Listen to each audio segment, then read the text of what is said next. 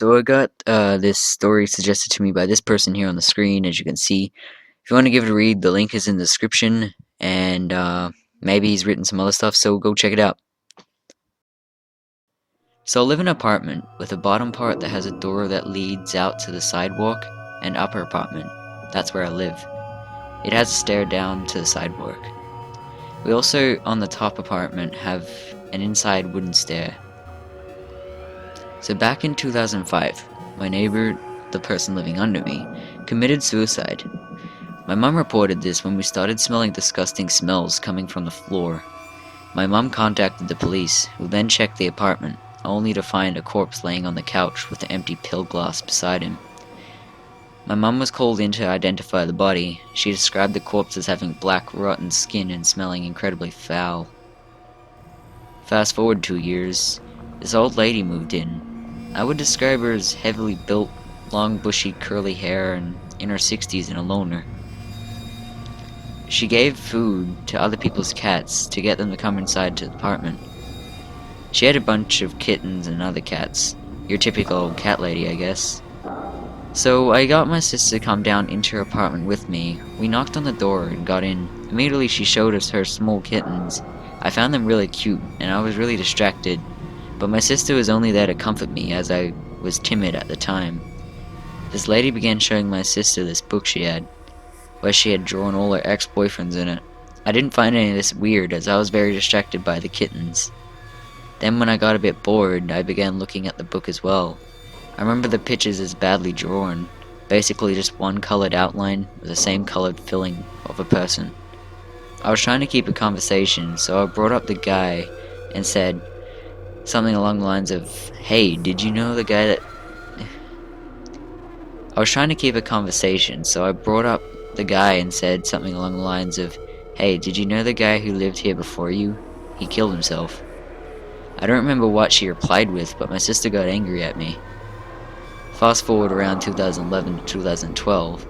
My sister's having company and it's about 2 a.m. and she's literally walking slowly, trying not to make a sound, walking up the stairs. After about 2 minutes, our neighbor rushes up the iron stairs outside that led down to the sidewalk and asks why we were running up and down the stairs at 2 a.m. She talked for a while and was really angry. After coming down, she went down back into her apartment. Fast forward some weeks. It was about 7 a.m. in the morning and I was in my messy kitchen. I managed to drop about 3 metal plates, you know, the kind you put cooking paper on to cook stuff. About 3 minutes after, she rushed up to her apartment and began talking to me several times, things like, "Are you alright? Do you need help? Are you sure you don't need help?" She wouldn't leave. After a while she left saying, "Let God be with you." I was about 12 at the time, found it very funny, as I thought she sounded a bit like some medieval knight or priest. Fast forward some more weeks. So these Jehovah's Witnesses went up to my apartment and asked your typical questions. I answered something along the lines of that I was sorry and I was not interested as I was an atheist. Then they went down to my neighbor. I think she talked with them for about half an hour to an hour. I think she told them about us or something and said that I think she told them about us or something, and they told her about us being atheists or something, because after that day we were finding biblical quotes in our mailbox like, "Pray and you shall be forgiven," and "A rich man has a lesser chance to enter heaven than a camel has to pass through a keyhole." Fast forward some weeks or maybe some months. Our outside metal stair that leads up to our front door points towards her kitchen, so we can see anyone who's in there. I began getting angry looks from her when I walked up to the apartment and stuff. Sometimes she would even wake us up in the middle of the night saying, "Stop jumping on me when I sleep," or "Stop banging your hands into the floor," or "Stop jumping around and banging objects on the floor." One night she even blocked the door with her foot as my mum tried to close it. Fast forward again some more weeks. My sister and I were going to school one morning, and my mum needs to wake up earlier than me to go to work, so she wasn't home. When we looked out the front door window, we saw that she was blocking this iron stair. My sister and I were incredibly intimidated by this. I was around 12 years old and my sister was around 15, so we didn't dare go out there. This is in the winter, so it was really cold in the morning. So after around an hour, she had gotten cold and went back into her apartment. When we thought the coast was clear, we rushed down the iron stairs. which makes a bunch of noise when you walk down them. She ran out her door and ran after us, shouting, "You need to go to school, children," with a really angry and insane tone to her voice. Fast forward some more weeks, she woke us up again when my mum opened the door, and she began begging us to stop making noises, saying now it's not funny anymore, and sobbing. Fast forward more weeks, when my mum was going to work one morning, my neighbor rushed out and chased after her. I think my mum managed to outrun her, as she wasn't really fit and also a bit elderly. After that day, my mum and sister went to the police station and reported her. I don't know if they got a restraining order on her, but what I do know is the police said something along the lines of, "Call us and we shall be there as fast as possible, and to report if she does anything serious again." Some more weeks later, I was sitting up in the bus stop waiting for my bus. She walks up there and begins talking to me. I was very timid and just answered her questions.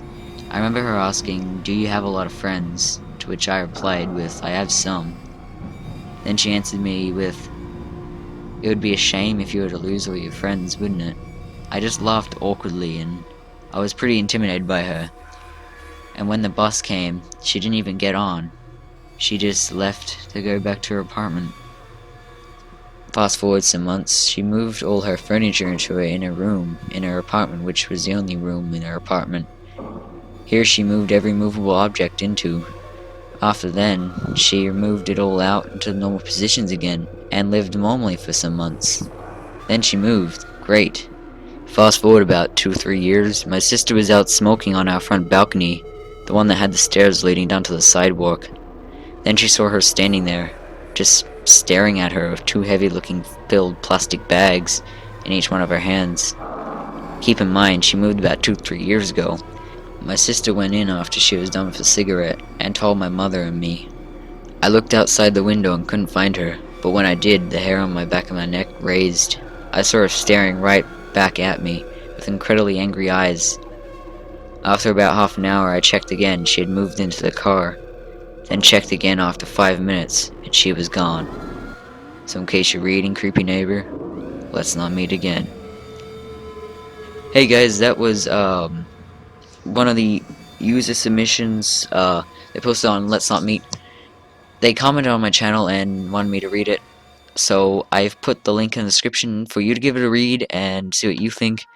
Also, remember, if you like this video, remember to hit that like button and that subscribe button. And as always, thanks for watching.